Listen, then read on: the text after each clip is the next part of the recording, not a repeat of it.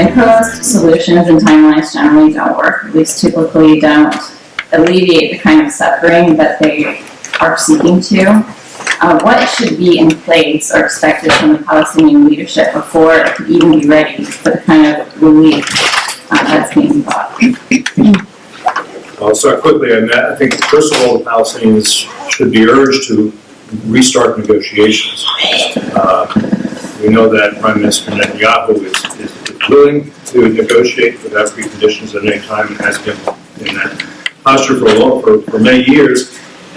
And President Abbas is not willing to negotiate. Now, I understand the reasons why it's difficult for him to do so, but you can't achieve progress without negotiations. The other thing that needs to happen is there, as this panel has reflected, is that any Palestinian leadership needs to recognize the legitimacy of the Jewish people and their right to live and have self-determination within their historic homeland.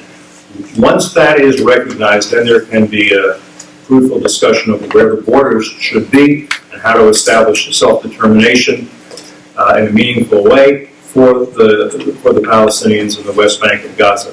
But it's problematic not least because you have two Palestinian entities, as I noted, one in Gaza, one in the West Bank, and how you bring them together, and how particularly Hamas, which as a matter of theological conviction would say it cannot recognize Jewish sovereignty or Jewish self-determination anywhere in the Middle East. How you get to that point, I don't know. Neither does President Obama, neither does anyone at the United Nations. And until that puzzle can be solved, I don't actually see how progress is made.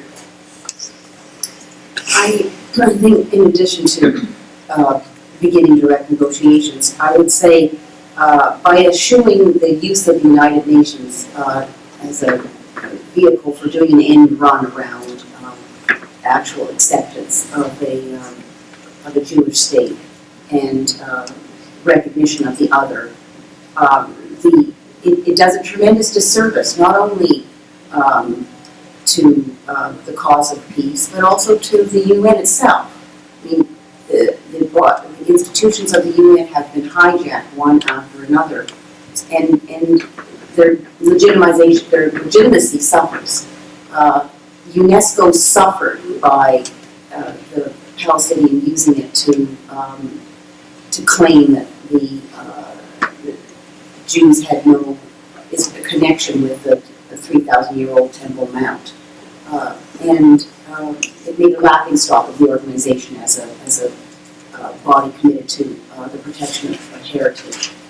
So I think the question for us is, what can America do to encourage Palestinians to end what has been a multi-decade effort to use and abuse human institutions for an end which is not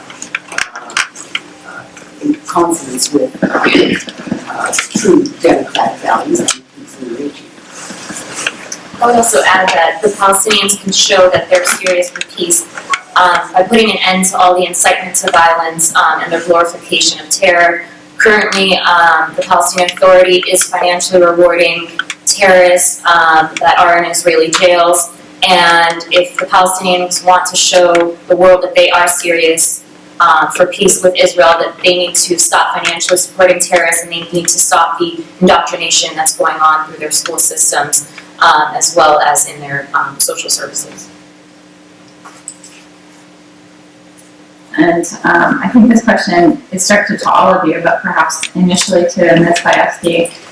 Yesterday, the Jerusalem Post reported that Palestinian Authority suggested that they were going to go ahead and initiate another draft resolution or a resolution on settlements at the UN.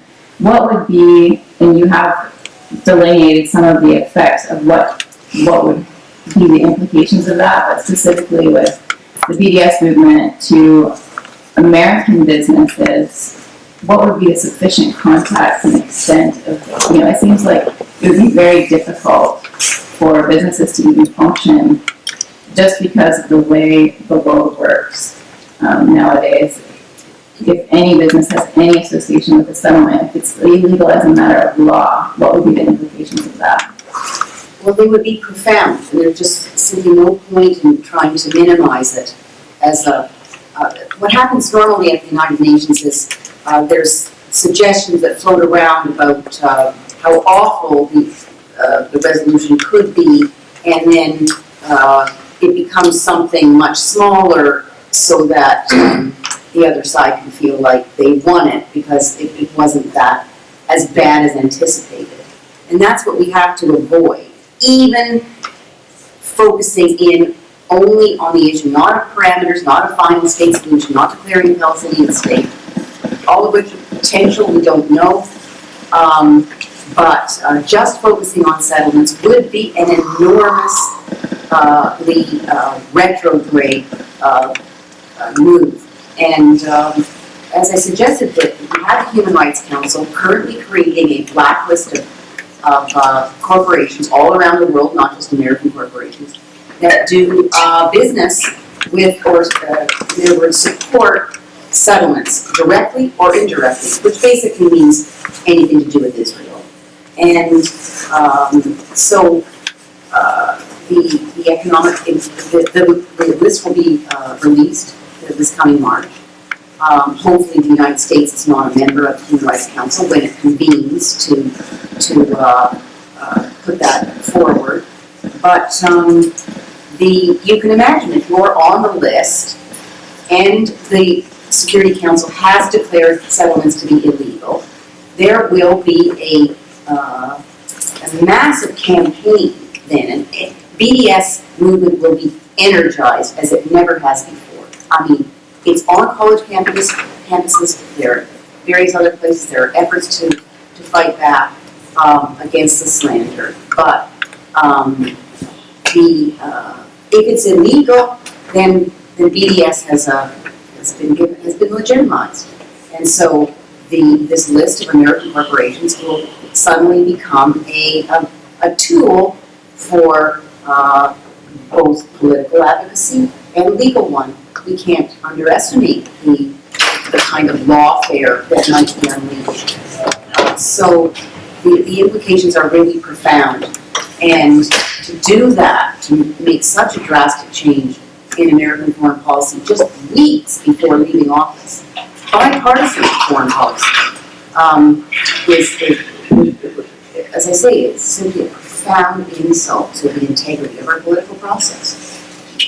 Let me just add the following, and that is that if you are pro-Palestinian, by any reasonable definition, you want to see the establishment of self-determination and a viable Palestinian entity, a viable Palestinian state. That cannot happen unless the Palestinian entity, Palestinian state, is closely cooperating with the Israelis on security matters, considering the state of the Middle East today, and also economically.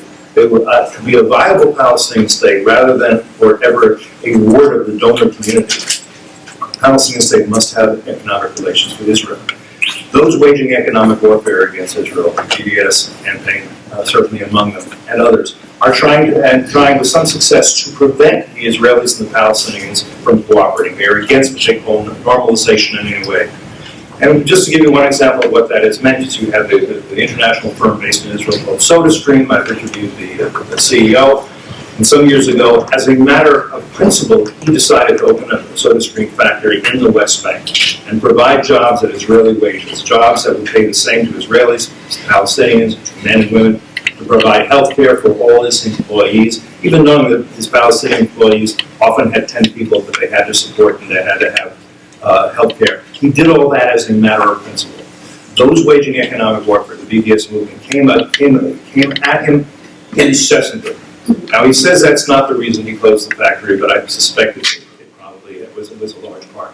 So those Palestinians who had been able to support their families, give them health care, put food on the table, roof over their heads, and they all had to be let go. And so you employ them if they could get down to the Negev, where you put a new factory in, but that was too hard. Instead, you employ veterans there. Of course, people in the BDS campaign attacked that too, and put the veterans and said, no, these are the best jobs my people ever had. And we'll keep them, and we're glad to have them. If these Palestinian men and women who lost their jobs are desperate, if they are deciding there's nothing to do but strap bombs on their children and send them out into crowds to kill Jews, I don't see how that's beneficial to them. I don't see how that's beneficial to the Palestinian people. I don't see how anybody who supports that can call himself pro-Palestinian. I just have one other thing. The General Assembly, as we speak, is holding International Day of Solidarity for Palestinian people. And I've just been informed that they just held the Day of Solidarity Committee has just held a minute of silence for Fidel Castro. And the President of the General Assembly is wearing a keffiyeh, which is so it gives you a kind of a sense of life at the United Nations today.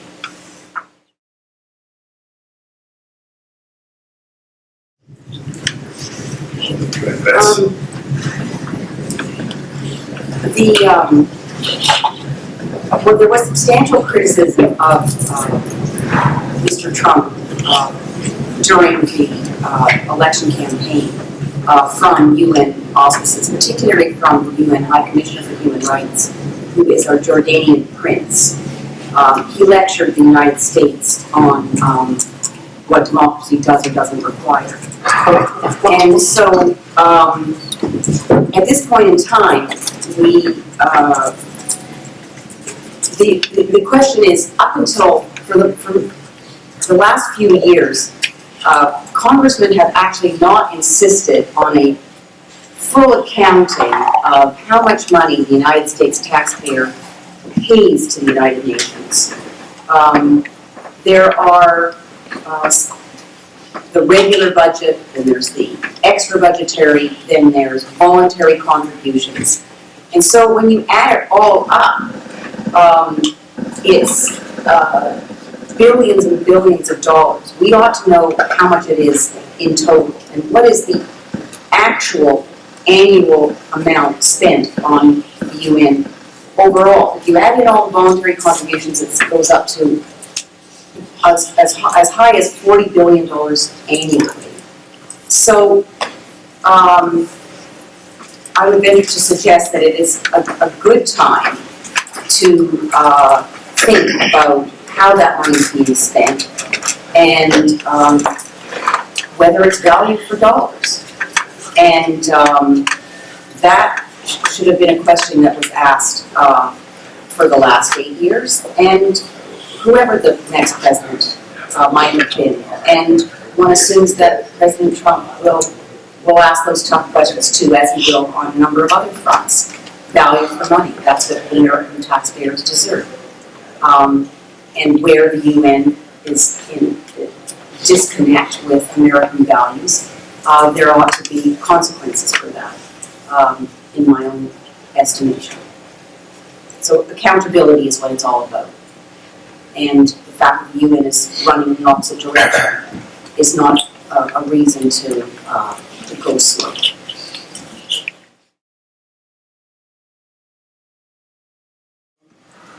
Recommendation for the Israelis? Yes. Look, I'm wary about making recommendations to the Israelis. They're a democratic country that knows better than I think we do what they face in that region. I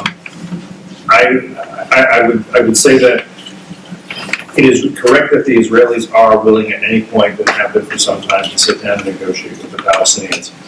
I do understand, I'm sure the Israelis understand, the difficulties, to be honest, that Mahmoud Abbas has sitting down with the Israelis, because what could he agree to that would be accepted by Hamas in Gaza? And the answer is nothing. What could he agree to that would be accepted in the West Bank? Can he really conclude a deal on behalf even of the people in the West Bank at this point? Does he have a legitimacy? I'm not sure. If you were to conclude a deal with the Israelis at this point, however beneficial to Palestinians, we know what the reaction of Iran would be. We know what the reaction of ISIS would be. We know what the reaction of al-Nusra and al-Qaeda would be. He would be well advised to have very good and independent bodyguards from that time forward.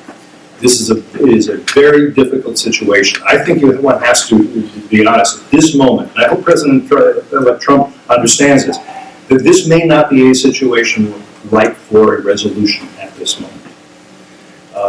Life is difficult in the West Bank. much more difficult in Gaza.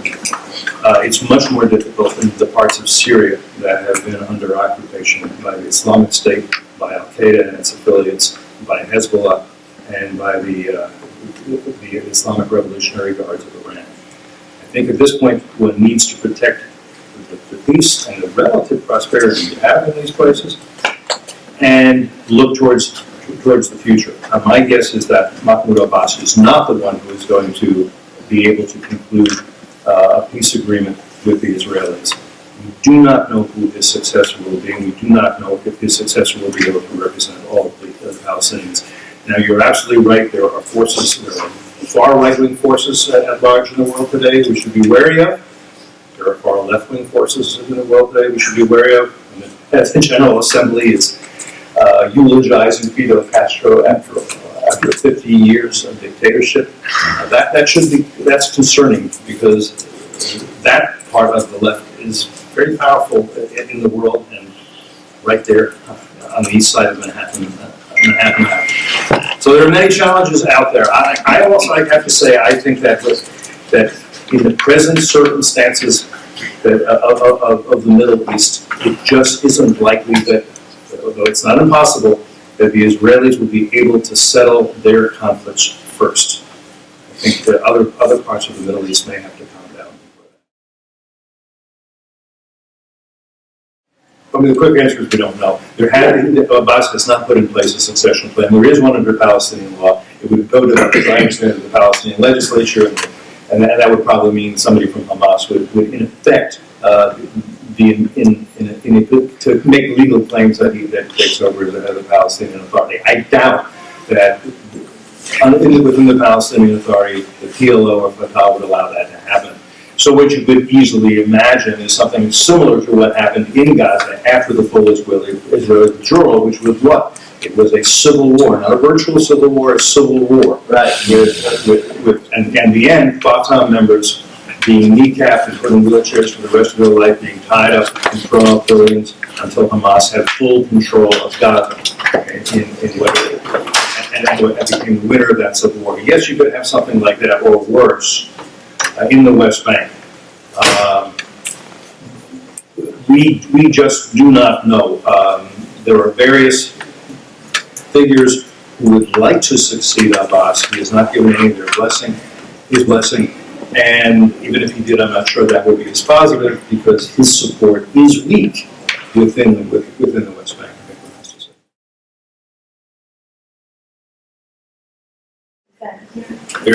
My understanding is, I was going to weigh in on this, that there was plenty of dissatisfaction among the Palestinians who lost their livelihood, and there are many Palestinians who would like to see investment in the West Bank, not least by the Israelis, who are in many cases willing and eager to do that. But their ability to protest for policies and ask for that is limited, because you don't really have a free press, you don't really have freedom of assembly, you don't have basic freedoms in the West Bank, although the West Bank is probably somewhat looser than is Gaza. There are some, but it's very difficult to do. You don't want to get up on a soapbox in Ramallah and say, look, let's put this conflict behind us, right or wrong, and let's not sacrifice another generation of our children. Let's try to live in some peace and prosperity. There are people, though, who are doing that in quiet ways.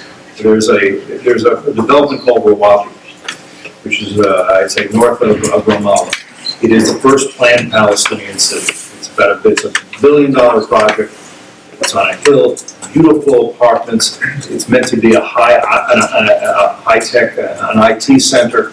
They're beginning to sell. It is a plan for it is clearly in the concept of a plan for Palestine living in peace and cooperating with Israel. You're not going to have a Silicon Wadi in the West Bank unless it's in close connection with the Israelis, who, after all, are high-tech leaders in the world.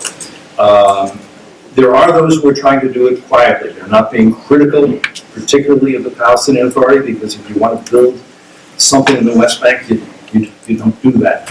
But there are those who see that a Palestinian future would have to be as a state living in not just in peace, but cooperatively with the Israelis. Don't forget, we have right now an increasing number, and maybe somebody can remember the number, and this is very quiet, an increasing number of Palestinians who are now getting permits to work inside Israel. This has come back from a time when there were very few because of the fears of terrorism. It's been increasing over the years. More and more Palestinians, again, it's not the easiest thing to cross, but they do. They have permits and they work in Israel. But even, and working in Israel is great, but a lot of them might rather work in the West Bank. That requires investment, that requires a faith in the future, that requires that know that those who build factories don't think that mortars are going to be launched from next door to those factories and that they'll be knocked down. All that is possible if you have a Palestinian leadership that is most interested not in revanchism, not in irredentism, but in peace and prosperity and education and health for the people. I'm just going to add one note. I will say that it's in the settlements usually where you have more of the people mixing in the attempts to, hey, let's talk about the water infrastructure, the sanitation infrastructure, because it, and we've met with different people here, like, how can we do more to kind of get this mixing so that both, you know, the Israelis and the Palestinians have a better improvement in quality of life. And one problem with that, although is we just had the holiday Jewish festival of Sukkot, a mayor of Efrat invited a bunch of his neighbors, Palestinian neighbors, to his sukkah to kind of, you know, partake. And after that, the Palestinian Authority arrested 6 of those people, and held them for several days. And so it was kind of, you know, normalization with settlers and the Palestinian Authority at the time. And so that's part of the problem. It's like, if we're going to be living in side by side in peace and coexistence, we have to acknowledge the right of each other to exist here. So there's one more question. You were going to, okay, she's going to add just one more question. Actually, it was the gentleman who was left, but I think it's important when we bring it back to the United Nations. There is this allegation that the use of the veto is somehow anti-democratic, that somehow the U.S. throwing its weight around. This is what it is often charged at an American veto, is that somehow you know, we're the bully, and reminded of the song about the neighborhood bully. But the point is that it's not anti-democratic for the United States to use its veto to refuse a resolution which will harm the state of Israel. And the reason for that is because the majority of UN states, as carefully examined by Freedom House, the NGO, who goes through each state in the world and looks at their levels of freedoms and rights, protection of rights. The majority of states at the United Nations are not full democracies. And so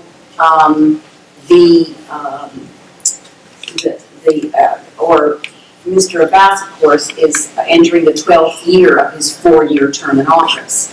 So we have to be cognizant of that when we make the unjustified charge that somehow we ought not to use the veto to protect the real interests of democracies, both the American democracy and an Israeli democracy.